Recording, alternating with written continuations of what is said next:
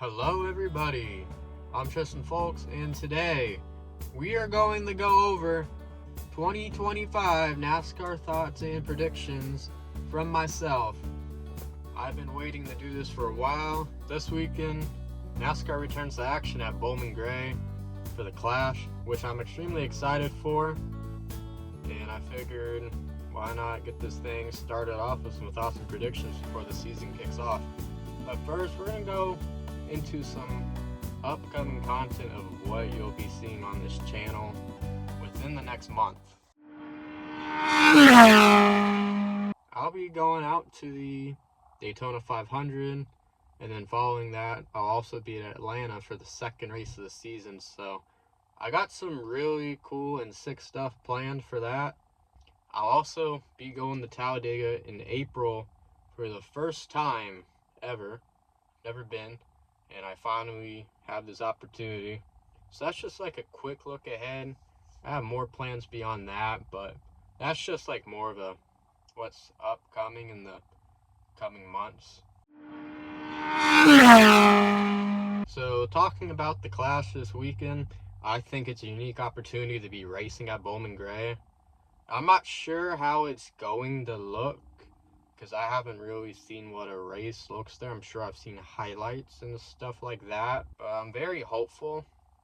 And then the format will see 4 heats with the top 5 making it in, with the top 2 in the LCQ for those who didn't make it through the heats get in, and then the highest remaining on points from last season will get in as well, which the format's good. So I've seen some people complain about this for some reason, but it is what it is. Also at the end of this video, I'll make some Bowman Gray predictions for you. Alright, we're going to talk about new NASCAR tracks on the schedule for this year throughout all 3 series. As mentioned, I talked about Bowman Gray, and I love this idea, and then the effort of getting this track and stadium ready to go for a race. And I think it will be something for the long term, and overall, just very excited for it. Circuit of the Americas. Not a new track, but it's a new configuration. And I'm going to be honest about it. I'm very disappointed, number one, not to see the full configuration, as I did go to the race last year in Austin. And it also takes away like the high braking points. So you lose 2 high braking points right off the bat. And then I also have some concerns about the new configuration, about where the end of turn 6 is. It features the little new portion of the new configuration. It looks narrower, and I looked on Google Maps, my own phone, and indeed it is narrower. It just looks a little wonky, honestly. And I understand that NASCAR is trying to make the racing closer, but it just looks like a tight fit, and I'm not sure how it's going to go unless there's changes ahead of time, which there could be, but I don't know. We'll just have to see. Also, the more laps doesn't make me think positively of this either. I don't really care about that. I know that's been advertised, but I don't really care about that. The big one here is the Autodromo Hermanos Rodriguez, which is well known as the Mexico F1 track. And it's amazing to see NASCAR venturing outside of the USA and heading out to Mexico City. This race will be an absolute wild card in my opinion, and I'm going to look forward to it for sure. I wish they were running like the full configuration, but I don't really mind this, as it seems unique, having that little right-hander, and then I feel it'll also make the racing more competitive and work out best for NASCAR. So we'll just have to see what happens. Okay, I said the previous one was the big one, but this is one that the fans love, and it's Rockingham Speedway. The return is finally here after 12 years, and there's a lot of you excited, as I'm sure we all know. And I know they just tested in the lower series there. I know the fans absolutely loved it. I was disappointed personally seeing this track go away after 2013, after that Truck Series race, when I was bummed out that Kyle Larson beat up my favorite driver, Joey Logano. which that was a great race overall. And then we just never saw the track again. But it's back, so I'm very happy about that. Alright, the next one is a more unique one that is for the Truck Series, and it's Lime Rock Park. This was a road course that I originally knew through NR 2003 and was a big favorite in Seth Cole's NNSCRA that he still runs today. So go check out his channel. I'll put the link below. Actually, he put some good stuff. He's been working on it for a long time. So to see this track finally be on the NASCAR circuit seems like a dream that turned into a reality. So I cannot wait for this one, as it's a track that I liked, and I always like watching the races there on the virtual side. Next up, we're going to talk about the NASCAR Cup Series schedule changes to get a little more specific with it. So we're going to talk about the playoff races on the schedule. Darlington, I feel this one is very self-explanatory that the 2024 Olympics impeded that from being a playoff race, as they wanted to keep it on the Labor Day weekend. But it's back, and nothing more should be said about that. New Hampshire Motor Speedway. I feel we had some really good playoff races there back in the day, and it's great to see it back in the playoffs, in my opinion, as it has brought solid racing as of late. So I look forward to seeing that happen all over again. It feels like we're going back in the older times. The next one, which is big for myself, is Worldwide Technology Raceway around St. Louis. As this is a massive win for myself, as this is my local track where I live right now, and I'll be there throughout the weekend on both days of the Xfinity Series and then the Cup Series. They've worked very hard on this facility, and it has definitely paid off. I just hate that it's in September now because I have to wait, but I think it'll go great. We're going to go get into the non-playoff races here, with the first one being Atlanta Motor Speedway. I thought Atlanta being a playoff race was weird, even though my driver ended up winning the race. It's a good thing it's going away, because we went into the round of 12 with some drivers who I didn't think should have been there at all. So thankfully that's off the schedule. We still have Talladega in the playoffs.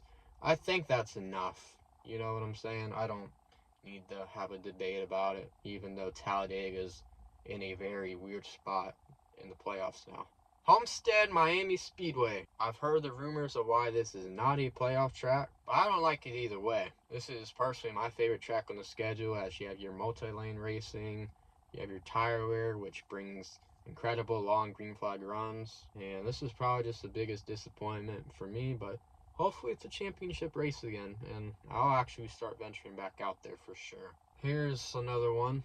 Watkins Glen International. I understand we already have a road course with the Charlotte Roval, but I'm not even a fan of that track, and I never was from the beginning. And Watkins Glen is one of the best road courses on the schedule. I feel more people will agree with me there than not. But it's obvious the Roval is going to remain on the schedule for the foreseeable future. So we're just going to have to stick with Watkins Glen being the regular season. So, oh well. Okay, we're going to get into the 2025 rule changes for the upcoming season, which very exciting to say the least. Alright, the first one up is the OEP rule. I feel it's the start of something great. It's not great right now, but it definitely can be. As of now, I believe it's only granted to one driver, but hopefully we can expand that to 3, and we'll get our 43 car fields on the very rare occasion. Hopefully we get that one day. But it also seems there's some controversy what determines a world-class driver.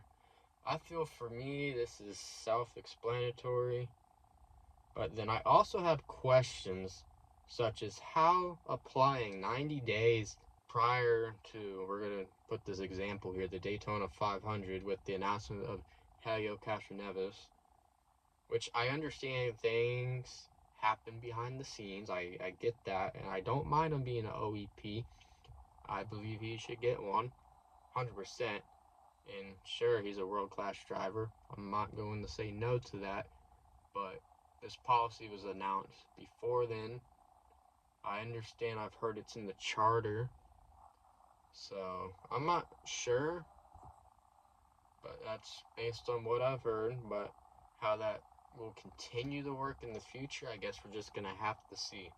Here's another question I have. Like, could have the former two champions of Jimmy Johnson and Martin Truex Jr. argue get the OEP over Castro Neves if they indeed applied? Is it first come, first serve?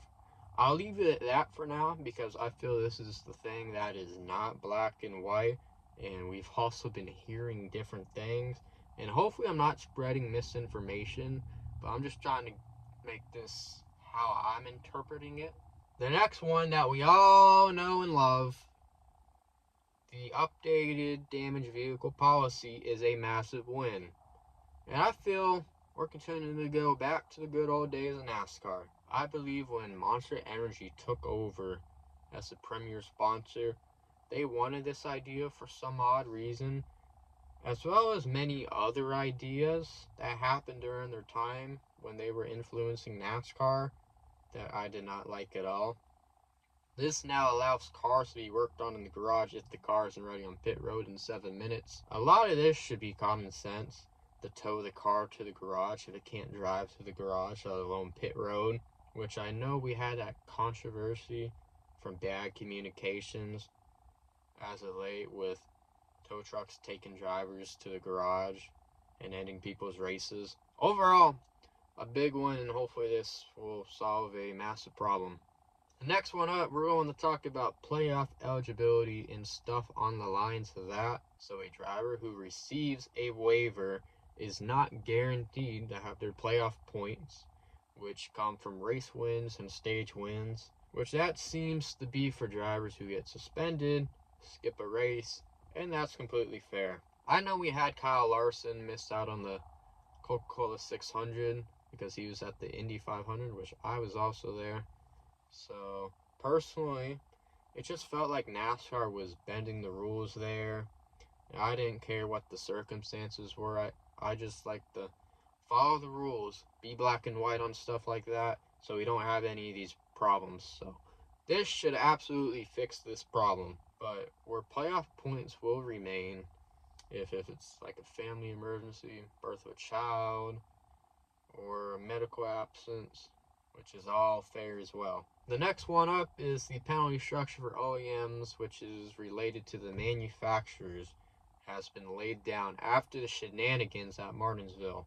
So infractions may result in a loss of manufacturer points, loss of time in the wind tunnel, as well as test runs for violating test runs, wind tunnel limits, roster protocol, and the code of conduct. I didn't exactly put together what was happening at Martinsville, but over time, as you kept seeing it, you started questioning it more and more, and then once you saw social media, it pretty much all came together, and then NASCAR ended up issuing all those penalties after the fact, going into the championship race at Phoenix. And then the 100% rule is where the drivers end up artificially altering the finishing positions to others who manipulate the outcome of the race. NASCAR will be trying to be more consistent on this and enforce it strictly. So I expect if we see stuff like this at the end, we're going to see those big penalties that they'll give out. If you forgot, we'll also see some more practice time with group practice being 25 minutes each. We'll also now just have single car qualifying with one opportunity, which is minus the super speedway tracks, and road courses will be group qualifying. Short tracks will also see 2 laps, and then the group qualifying is 20 minutes. We'll also see expanded practice sessions for the Daytona 500 notably, so that'll be big because we've had too many problems in qualifying that could have been fixed with practice. And once again, it feels like we're just going back to the old times in NASCAR, which is a good thing. Here's one I'm sure you probably forgot about, like myself, and that would be the NASCAR in-season tournament which this is a 5-race tournament in the regular season, with all 5 races being on TNT, which I've seen no advertisements, which probably will help explain why it just seems quite irrelevant. The 5 races are Atlanta, Chicago, Sonoma, Dover, and Indianapolis, which will begin with 32 full-time drivers, with the winners locked in, and then the best finisher from Michigan, Mexico City, and Pocono getting in. It will then be a single elimination bracket. I'm not sure how they're going to knock everyone out by race, but once we get to Indianapolis, it will be 2 drivers remaining to duel it out at the Brickyard 400. As of now, I don't really care for it. However, I'm sure it'll make races more exciting, and it very well may shake the point standings up a little or a lot, as you'll see smaller teams take risks. So we'll just have to wait and see. Okay, so this is probably the best part of the video. We're going to make a couple of predictions, or a few predictions. We're going to start with the 16 drivers I believe will be in the 2025 playoffs by number order. The first one is going to be the number 5 of Kyle Larson. I think he'll just do business throughout the season. The next one is going to be Kyle Busch. It is unfortunate not to see him win last season. I was also at the Kansas playoff race where, unfortunately, he was not able to come on top over Ross Chastain there.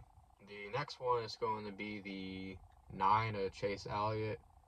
I'm a little concerned of how he's going to do, but I think he'll be okay. The next one, which I also have some questions, is going to be the 11 of Denny Hamlin. I'm not sure how these changes are going to impact him, but it's just going to be a wait and see. Number 12 of Ryan Blaney. I don't feel I need to explain too much, as he's been pretty solid in the next gen. This next one is going to be the 17 of Chris Buescher. He came very close to winning up until Watkins Glen, where he did win. So it was just unfortunate to see him not make the playoffs, because I thought he did pretty good, but he just didn't win. And that's what the format asks of you, respectfully. The next one is going to be the 19 of Chase Briscoe. I'm expecting a full-on breakout season. And I don't know what that exactly will portray to, but I'm telling you now, I expect a breakout season for him. The one after that will be his teammate in number 20. That will be Christopher Bell. I think he's a championship favorite, and we'll see if he can finally just get to the top finally. I know he's a great driver, but when I mean to the top, I mean championship. Talking about championships, we have the defending champion, the number 22 of Joey Logano. We'll see how he does, but we know he's going to be dominant at super speedways, and we'll just have to see what happens throughout the season for him. The one after that, which some people will probably not like this one, but I'm going to throw the 23 of Bubba Wallace in here. I liked how he did last season, but once again, he just didn't win a race. So we'll see if he can win a race, since I feel that's probably what he'll need to do, and I would not be shocked if he found a win somewhere, even if it's Talladega. So that's going to be what I think, and he'll just continue the momentum of just scoring points. The next one up will be the 24 of William Byron. I feel he had a really good start of 2024, and then he just fell off. So hopefully he can be a little more consistent in the second half of the year, but I think he'll win some races. My true curveball in this one. I don't know where this driver is going to pick a win up, but I'm going for it. I'm going for it for sure. And it's going to be the 34, Todd Gilliland.